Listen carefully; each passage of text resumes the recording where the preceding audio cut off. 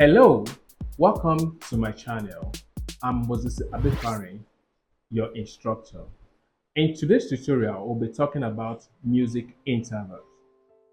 Understanding music interval is vital for comprehensive understanding of chords, melodies, harmony, and the overall structure of music. Let's say, for example, you want to play this common gospel song, Yeshua.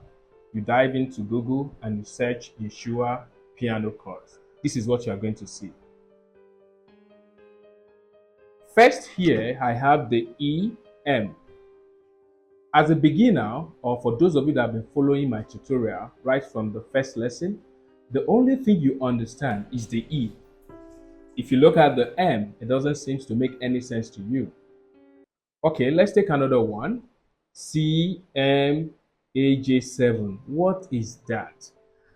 Like, I'm sure you'll be wondering, should you just play C alone? No. The MAJ means major seventh. Now, the reason why I could say that is a major seventh is that I understand music intervals. Now, what is music intervals? An interval in music is defined as a distance in pitch between any two notes. That is, how many semitones lies between them. Or, if that is not clear, you can say an interval is a difference in pitch between two sounds. The smallest of this interval is a semitone interval. A semitone are called a microtone. They can be formed using the notes of various kinds of non-diatonic scale. Let me just give this as a preview for those of you that are just watching this for the first time. In our lesson that we've been doing so far, I've explained what semitone is. So semitone is just the distance between two keys. So the distance between this key and this key is a semitone. That is why I said a non-diatonic scale, which means it can be a chromatic scale, a non-diatonic scale. People that have been following my tutorial already know what a diatonic scale is. In Western music theory, the most common scheme for naming an interval is divided into two properties. We have the quality and we have the numbers. Then on the qualities, we have major, minor, diminished, augmented, and so on. Then for the numbers, we have unison, major, second, third, and so on. Music interval is generally divided into two categories. We have the simple interval and we have the compound interval. I'm going to take the simple interval first, then later explain the compound intervals. So on my screen now, I'm going to display a table. You are going to see two things, the number of semitones and the common naming, which means that if you count a certain number of semitones, it results to a specific interval name, which you are going to learn. So for example, on the table, we have 0. 0 means just each of the units of the keys. Then when you count from 0 to 1, remember my starting key is C. So I'm counting one half step or a semitone. For those of you that followed my tutorial, you already know what half step is and a semitone is. So if I take C as my starting key and I count just one semitone, that is a minor second. Then if I take C again as my starting key, this time around I'm going to let my finger to be on C to indicate that is my starting key. If I count two semitones, 1, 2, that is a major second, and I believe that's what you're seeing on the screen. If I count 3 semitones, 1, 2, 3, that is my minor third. If I count 4 semitones, 1, 2, 3, 4, that is my major third. If I count 5 semitones, 1, 2, 3, 4, 5, that is perfect fourth. And if I count 1, 2, 3, 4, 5, 6, that is my augmented fourth. Augmented means increase. I'm going to explain that later on. Let us continue. So if I count 7 semitones, 1, 2, 3, 4, 5, 6, 7, that is perfect fifth. Then if I count 1, 2, 3, 4, 5, 6, 7, 8, that is minor sixth. And if I count 1, 2, 3, 4, 5, 6, 7, 8, 9, that's my major sixth. If I count 1, 2, 3, 4, 5, 6, 7, 8, 9, 10, that is minor seventh. If I count 1, 2, 3, 4, 5, 6, 7, 8, 9, 10, 11, that is my major seventh. And if I count 1, 2, 3, 4, 5, 6, 7, 8, 9, 10, 11, 12, and that's my perfect octaves. That takes us to compound intervals. Compound intervals simply means any interval that is greater than an octave. An octave is 8 diatonic keys, or in other case, you can say an octave is 13 semitones. So let us count 1, 2, 3, 4, 5, 6, 7, 8, 9, 10, 11, 12, 13. So this is an octave. So any of the interval that I count that is exceeding, that is above this 13 keys or an octave diatonically, is a compound interval. Sometimes when you check the chord, like the example which I've done earlier, you are going to see that you see chords like C13. Like, what is that? It means that a C that is having a 13th interval. So then the quality, you are not going to see it. Is it a minor or a major?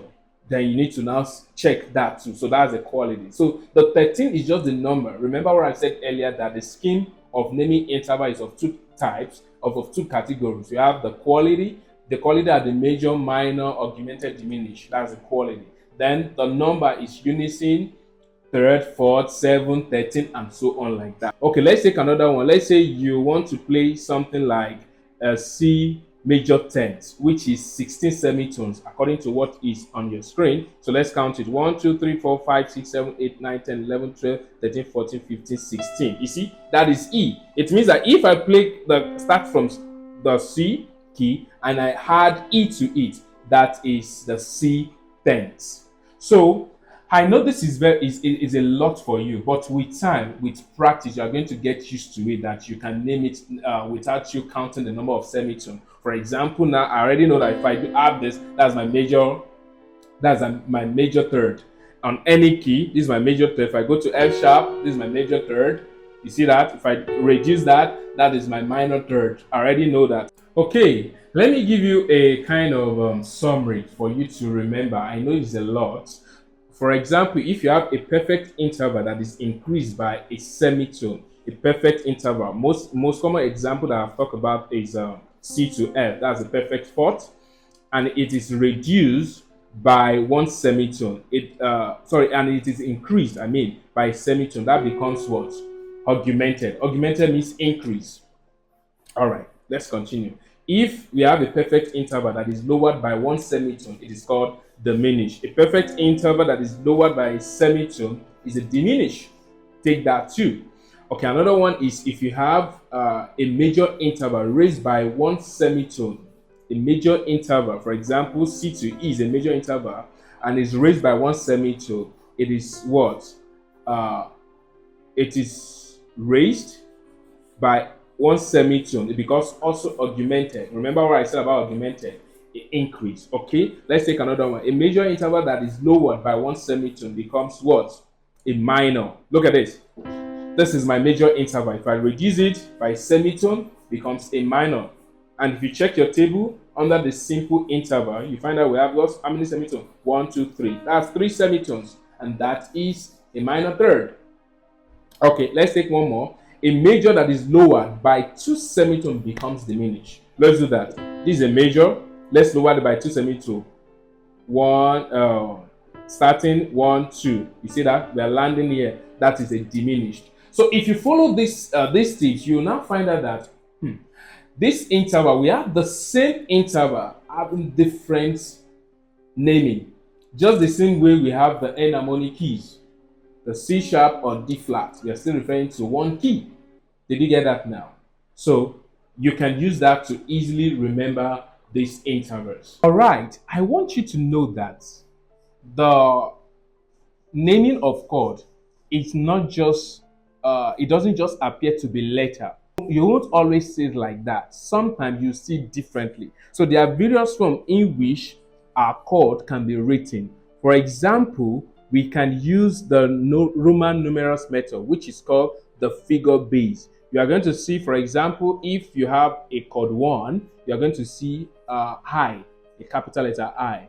Then if it's a minor chord, you are going to see a small letter I. So that method of naming chords is a Roman numeral kind of naming chord. So not every time when you Google a particular chord, you are going to see it as a letter naming. So the one we use as the example is just a letter naming pattern. Sometimes you might also see it as a Roman numeral numbers, which also means the chord. I'm going to display example on my screen now. Then another form, which already though is the letter naming. For example, you're just going to see D minor, D major 7th. You're going to see the letters there, the letter naming. Then another way you can see is the chords symbols.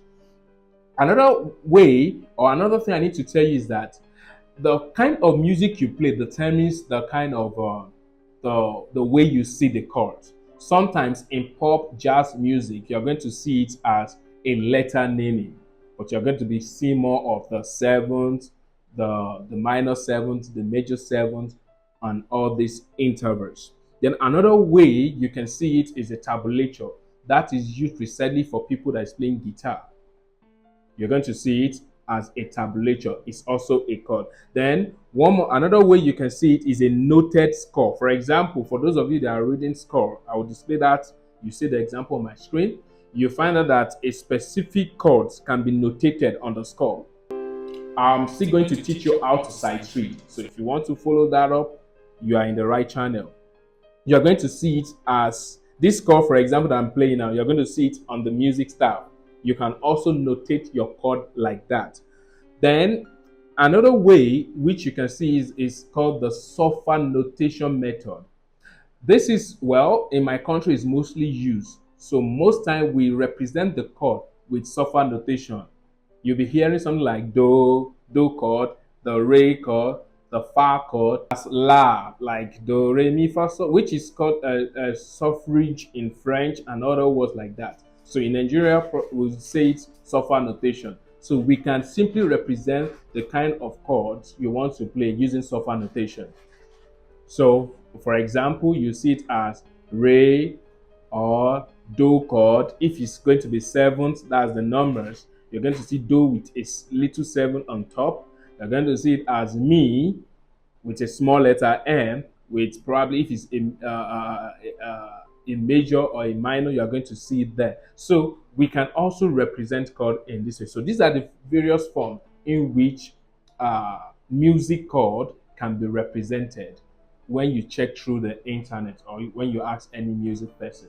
The reason I allow these intervals to take precedence before learning chord is for you to easily understand all these terms and words in chords identification, because I don't just want to teach you as a beginner forever. I want you to be able to check through the internet, get some chords. Apart from you playing your chords from ear, by ear, I want you to check these chords and be able to apply that to your playing. So far you're able to grab one or two things in my tutorial. And if it's the first time in my channel, please don't forget to subscribe and turn on the notification bell.